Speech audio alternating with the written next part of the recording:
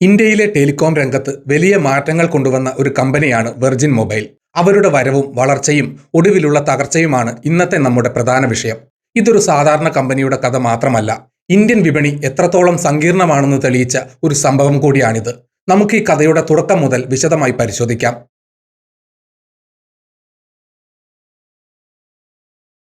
2008 എന്ന വർഷം Indian telecom ചരിത്രത്തിൽ വളരെ പ്രധാനപ്പെട്ട ഒന്നാണ്.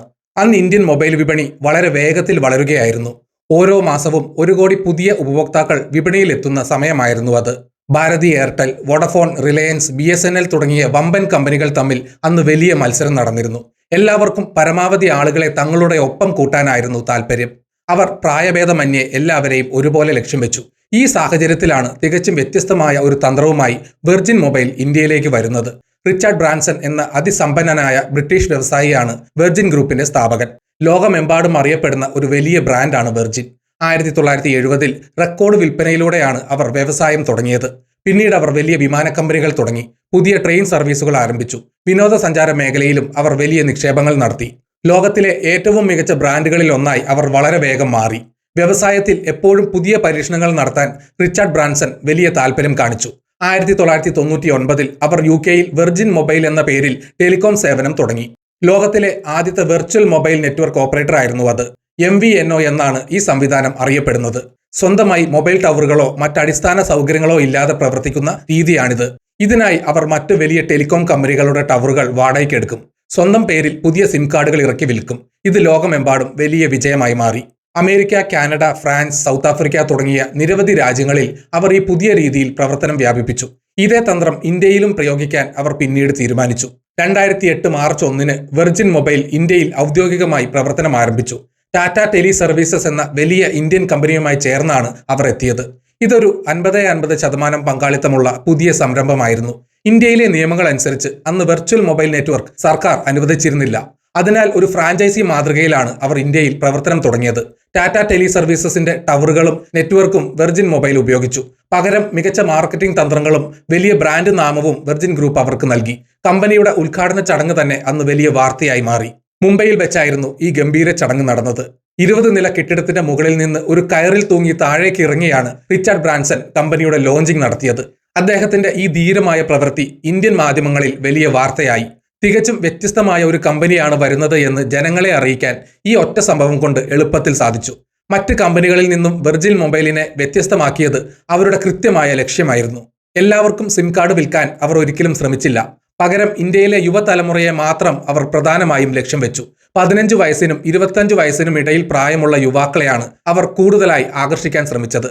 അന്ന് ഇന്ത്യയിൽ നഗരങ്ങളിൽ മാത്രം ഏകദേശം 20 കോടി മുതൽ 21 കോടി വരെ ചെറുപ്പക്കാർ ഉണ്ടായിരുന്നു. ഇതൊരു വലിയ വിപണിയാണെന്ന് വെർജിൻ മൊബൈൽ വേഗത്തിൽ തിരിച്ചറിഞ്ഞു. യുവാക്കളെ ആകർഷിക്കാൻ തിങ്ക് ഹട്കെ എന്നൊരു പുതിയ പരസ്യവാചകം അവർ രൂപീകരിച്ചു. എല്ലാവരെയും പോലെ ചിന്തിക്കാതെ മാറി ചിന്തിക്കുക എന്നാണ് ഇതിന്റെ യഥാർത്ഥ അർത്ഥം. യുവാക്കളുടെ ചിന്തകൾക്കും താല്പര്യങ്ങൾക്കും മുൻഗണന നൽകുന്ന പല പുതിയ ഓഫറുകളും അവർ പ്രഖ്യാപിച്ചു. ഇവരുടെ പരസ്യങ്ങൾ വളരെ രസകരവും ചിലപ്പോഴൊക്കെ വിവാദപരവുമായിരുന്നു. മാതാപിതാക്കളെ കബളിപ്പിച്ച് കൂട്ടുകാരുമായി സംസാരിക്കുന്ന യുവാക്കളുടെ പരസ്യങ്ങൾ അവർ പുറത്തിറക്കി. ഇത് മുതിർന്ന ആളുകൾക്ക് അത്ര ഇഷ്ടപ്പെട്ടില്ല. എങ്കിലും യുവാക്കൾക്കിടയിൽ ഇത് വലിയ തരംഗം സൃഷ്ടിച്ചു. ഇന്ത്യൻ ടെലികോം ചരിത്രത്തിൽ ആദ്യമായി ഒരു പുതിയ പദ്ധതി അവർ ജനങ്ങൾക്ക് മുന്നിൽ അവതരിപ്പിച്ചു. ഫോൺ കോളുകൾ വരുമ്പോൾ ഉപഭോക്താക്കൾക്ക് പണം നൽകുന്ന രീതിയായിരുന്നു ഇത്. Get paid to receive calls എന്ന് ഇതിനെ അവർ വിളിച്ചു. 1 മിനിറ്റ് ഇൻകമിംഗ് കോൾ വരുമ്പോൾ 10 പൈസ ഉപഭോക്താവിന്റെ അക്കൗണ്ടിൽ നേരിട്ട് ലഭിക്കും. ഇത് യുവാക്കളെ വളരെയധികം ആകർഷിച്ചു. പിന്നീട് ട്രായ് എന്ന ടെലികോം നിയന്ത്രണ അതോറിറ്റി ചില നിയമമാറ്റങ്ങൾ കൊണ്ടുവന്നു. അതോടെ ഈ തുക 5 പൈസയായി കുറയ്ക്കേണ്ടി വന്നു. എങ്കിലും ഉപഭോക്താക്കൾക്ക് ഈ പുതിയ പദ്ധതി വളരെ പ്രിയപ്പെട്ടതായിരുന്നു. വിദ്യാർത്ഥികൾക്ക് വേണ്ടി മാത്രം അവർ പല പുതിയ റീചാർജ് പ്ലാനുകളും വിപണിയിൽ കൊണ്ടുവന്നു. ദൂരസ്ഥലങ്ങളിൽ പഠിക്കുന്ന വിദ്യാർത്ഥികൾക്ക് വീട്ടിലേക്ക് വിളിക്കാൻ STD നിരക്കുകൾ വലിയ പ്രശ്നമായിരുന്നു. വെർജിൻ മൊബൈൽ ഈ നിരക്കുകൾ കുത്തനെ കുറച്ചു. 1 മിനിറ്റ് STD കോളിന് കേവലം 50 പൈസ മാത്രമാണ് അവർ അന്ന് ഈടാക്കിയത്. ഇത് വിദ്യാർത്ഥികൾക്ക് വലിയൊരു ആശ്വാസമായിരുന്നു. കൂടാതെ ലോക്കൽ SMS അയക്കാൻ വെറും 18 പൈസ മതിയായിരുന്നു. ഇന്ത്യയിൽ എവിടെ പോയാലും റോമിംഗ് ചാർജുകൾ ഈടാക്കില്ല എന്നും അവർ ഔദ്യോഗികമായി പ്രഖ്യാപിച്ചു. ISD കോഡുകൾ ചെയ്യാൻ പ്രത്യേക ആക്ടിവേഷൻ ആവശ്യമില്ലാത്ത പുതിയ സിം കാർഡുകൾ അവർ ജനങ്ങൾക്ക് നൽകി. വിപണിയിലെത്തിയ ഉടനെ തന്നെ അതിവേഗത്തിലുള്ള വളർച്ചയാണ് അവർ പ്രധാനമായും ലക്ഷ്യമിട്ടത്. രാജ്യത്തെ 3,20,000 നഗരങ്ങളിലും ഗ്രാമങ്ങളിലും അവർ ആദ്യ വർഷം തന്നെ തങ്ങളുടെ സേവനം എത്തിച്ചു. മൊബൈൽ ഫോണുകളും സിം കാർഡുകളും വിൽക്കാൻ 45,000 പ്രത്യേക കടകൾ അവർ രാജ്യത്ത് സജ്ജമാക്കി. കൂടാതെ റീചാർജ് ചെയ്യാൻ വേണ്ടി മാത്രം 75,000 കടകളുമായി അവർ കരാറുണ്ടാക്കി. വളരെ പെട്ടെന്ന് തന്നെ യുവാക്കൾക്കിടയിൽ ഏറ്റവും കൂടുതൽ അറിയപ്പെടുന്ന ഒരു മികച്ച ബ്രാൻഡായി വെർജിൻ മൊബൈൽ മാറി. 3 വർഷം കൊണ്ട് 50 ലക്ഷം ഉപഭോക്താക്കളെ നേടുക എന്നതായിരുന്നു അവരുടെ പ്രഖ്യാപിത ലക്ഷ്യം. പുതിയതായി കണക്ഷൻ എടുക്കുന്നവരിൽ 10% പേരെയെങ്കിലും തങ്ങളുടെ ഒപ്പം നിർത്താൻ അവർ ആത്മാർത്ഥമായി ശ്രമിച്ചു. ഈ തന്ത്രം ഒരു പരിധിവരെ ഇന്ത്യയിൽ വിജയിച്ചു. യുവാക്കൾ കൂടുതലായി മൊബൈൽ ഫോൺ ഉപയോഗിക്കാൻ തുടങ്ങി. മെസ്സേജുകൾ അയക്കാനും പാട്ടുകൾ ഡൗൺലോഡ് ചെയ്യാനും അവർ ധാരാളം പണം ചിലവാക്കി. ARPU അഥവാ ഒരു ഉപഭോക്താവിൽ നിന്നുള്ള ശരാശരി വരുമാനം വെർജിൻ മൊബൈലിന് വളരെ കൂടുതലായിരുന്നു. ഇൻഡസ്ട്രിയിലെ മറ്റ് കമ്പനികളുടെ ശരാശരി വരുമാനത്തേക്കാൾ 35% മുതൽ 40% വരെ കൂടുതൽ വരുമാനമുണ്ടാക്കാൻ അവർക്ക് കഴിഞ്ഞു. ഫോൺ കോളുകൾക്ക് പുറമെ വാല്യൂ ആഡഡ് സർവീസസിൽ നിന്നും അവർക്ക് വലിയ വരുമാനം ലഭിച്ചു. മറ്റ് കമ്പനികൾക്ക് ഇതിൽ നിന്നുള്ള വരുമാനം 9% ആയിരുന്നു. എന്നാൽ വെർജിൻ മൊബൈലിന് ഇത് 13 മുതൽ 14% വരെ ആയിരുന്നു. ഇത് അവരുടെ മികച്ച മുന്നേറ്റത്തെ കാണിച്ചു. 2010 ജനുവരി മാസത്തിൽ കമ്പനി പുതിയ ചില പ്രഖ്യാപനങ്ങൾ കൂടി നടത്തി.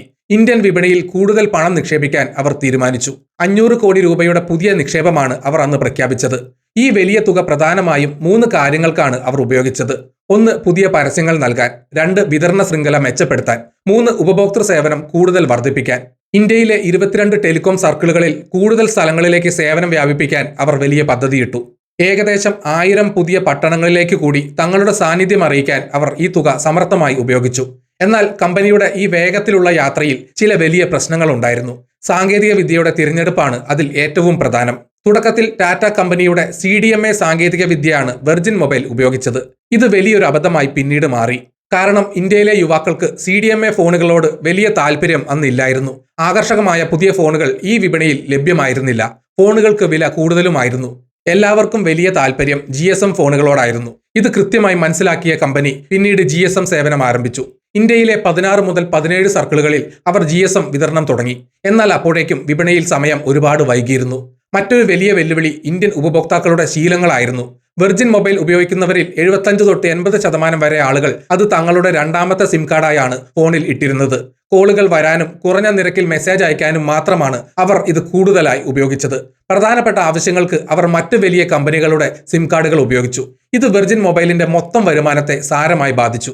ഉപഭോക്താക്കളെ തങ്ങളുടെ സ്ഥിരം വരിക്കാരാക്കി മാറ്റുക എന്നത് കമ്പനിക്ക് വലിയ ഒരു തലവേദനയായി മാറി. പകുതി ആളുകൾ മാത്രമേ സ്ഥിരമായി സിം കാർഡ് ഉപയോഗിച്ചുള്ളൂ. ഇന്ത്യൻ വിപണിയിലെ കടുത്ത മത്സരവും അവർക്ക് വലിയ ഭീഷണിയായി അന്ന് മാറി.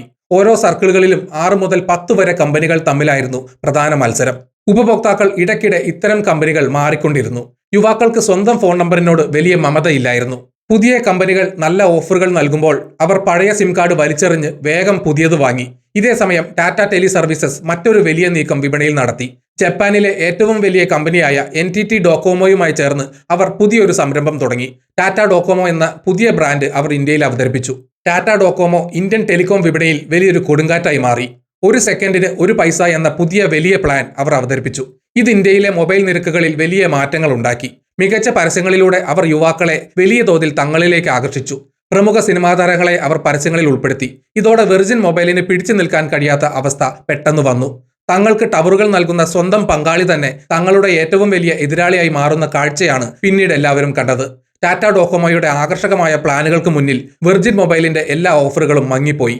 CDMA പ്ലാറ്റ്ഫോമിൽ വെർജിൻ ഉപയോഗിച്ചിരുന്ന ഓഫറുകൾ ടാറ്റ ഡോകോമോ GSM പ്ലാറ്റ്ഫോമിൽ കൂടുതൽ മികച്ച രീതിയിൽ അവതരിപ്പിച്ച് വിജയം നേടി. തുടർച്ചയായ സാമ്പത്തിക നഷ്ടങ്ങളും വിപണിയിലെ കടുത്ത മത്സരവും വെർജിൻ ഗ്രൂപ്പിനെ മാറി ചിന്തിക്കാൻ നിർബന്ധിതരാക്കി. ഇന്ത്യയിൽ കൂടുതൽ കാലം പിടിച്ചു നിൽക്കാനാകില്ല എന്ന് അവർക്ക് വേഗം മനസ്സിലായി. 2011 ഏപ്രിൽ മാസത്തിൽ അവർ സുപ്രധാനമായ ഒരു വലിയ തീരുമാനമെടുത്തു. ടാറ്റ ടെലി സർവീസുമായുള്ള സംയുക്ത സംരംഭത്തിൽ നിന്നും പൂർണ്ണമായി പിന്മാറാൻ അവർ തീരുമാനിച്ചു. വെർജിൻ ഗ്രൂപ്പിന്റെ കൈവശമുണ്ടായിരുന്ന 50% ഓഹരികൾ ടാറ്റ ടെലി സർവീസസ് പൂർണ്ണമായും വിലയ്ക്ക് വാങ്ങി. എത്ര തുകയ്ക്കാണ് ഈ വലിയ ഇടപാട് നടന്നത് എന്ന് കമ്പനികൾ ഔദ്യോഗികമായി പുറത്തുവിട്ടിട്ടില്ല. ഇതോടെ കമ്പനിയുടെ പൂർണ്ണമായ നിയന്ത്രണം ടാറ്റ ഗ്രൂപ്പിന് സ്വന്തമായി. കമ്പനിയുടെ ഓഹരികൾ വിറ്റുവെങ്കിലും വെർജിൻ മൊബൈൽ എന്ന ബ്രാൻഡ് നെയിം ഇന്ത്യയിൽ തുടരാൻ ടാറ്റ ഗ്രൂപ്പ് അന്ന് തീരുമാനിച്ചു. കാരണം യുവാക്കൾക്കിടയിൽ അപ്പോഴും ആ വലിയ പേരിന് അതിയായ സ്വാധീനമുണ്ടായിരുന്നു. ഈ പേര് ഉപയോഗിക്കുന്നതിന് പകരമായി അടുത്ത 3 വർഷത്തേക്ക് കൂടി വെർജിൻ ഗ്രൂപ്പിന് ടാറ്റ ഗ്രൂപ്പ് വലിയ റോയൽറ്റി തുക നൽകാൻ പുതിയ കരാർ ഉണ്ടാക്കി. അങ്ങനെ സ്വന്തമായി ഓഹരികളില്ലാതെ തന്നെ വെർജിൻ ബ്രാൻഡ് കുറച്ചു കാലം കൂടി ഇന്ത്യൻ വിപണിയിൽ തുടർന്നു. എന്നാൽ പഴയതുപോലെ വലിയ പരസ്യങ്ങളോ ആകർഷകമായ പുതിയ ഓഫറുകളോ പിന്നീട് ഒരിക്കലും ഉണ്ടായില്ല. കമ്പനിയുടെ വേഗത്തിലുള്ള വളർച്ച പതിയെ നിലച്ചു. വർഷങ്ങൾ വീണ്ടും വേഗത്തിൽ കടന്നുപോയി. ഇന്ത്യൻ ടെലികോം വിപണി പൂർണ്ണമായും വീണ്ടും മാറിമറിഞ്ഞു. സ്മാർട്ട് ഫോണുകളും ഇന്റർനെറ്റും സാധാരണ ജനങ്ങളുടെ ജീവിതത്തിന്റെ പ്രധാന ഭാഗമായി മാറി.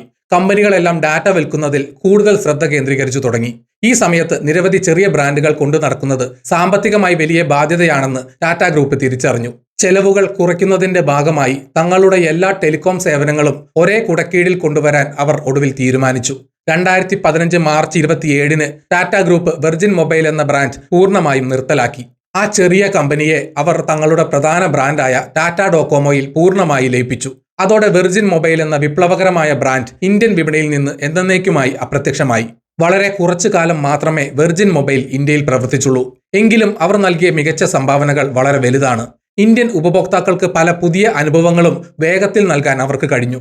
കോൾ വരുമ്പോൾ പണം നൽകുന്ന രീതി ഇന്ത്യൻ ജനതയ്ക്ക് തീർത്തും പുതിയ ഒരു മികച്ച ആശയമായിരുന്നു. ടെലികോം വിപണിയിൽ യുവാക്കൾക്ക് എത്രത്തോളം പ്രാധാന്യമുണ്ടെന്നും അവരെ എങ്ങനെ ആകർഷിക്കണമെന്നും മറ്റു വലിയ കമ്പനികൾക്ക് കാണിച്ചു കൊടുത്തത് വെർജിൻ മൊബൈലാണ്. വ്യവസായ ലോകത്ത് ഒരു പ്രത്യേക വിഭാഗത്തെ മാത്രം ലക്ഷ്യം വെച്ച് എങ്ങനെ വിജയം നേടാം എന്നതിന്റെ ഏറ്റവും മികച്ച ഉദാഹരണമായിരുന്നു ഇത്. എന്നാൽ ശരിയായ സാങ്കേതിക വിദ്യ സമയത്ത് തിരഞ്ഞെടുക്കാത്തത് വലിയ തിരിച്ചടിയായി അവർക്ക് മാറി. യുവാക്കൾക്ക് ഇഷ്ടമല്ലാത്ത CDMA സാങ്കേതിക വിദ്യയിൽ ആദ്യം വിശ്വസിച്ചത് അവരുടെ ഏറ്റവും വലിയ അബദ്ധമായിരുന്നു. കൂടാതെ സ്വന്തം പങ്കാളിയായ ടാറ്റ ഗ്രൂപ്പ് തന്നെ പുതിയ കമ്പനിയുമായി വന്നത് അവർക്കൊരിക്കലും താങ്ങാൻ കഴിഞ്ഞില്ല.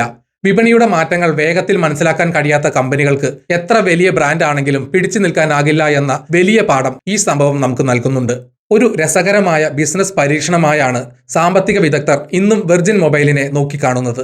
വ്യവസായ രംഗത്ത് ഇത്തരം പല വലിയ മാറ്റങ്ങളും ഇനിയും ഉണ്ടായേക്കാം.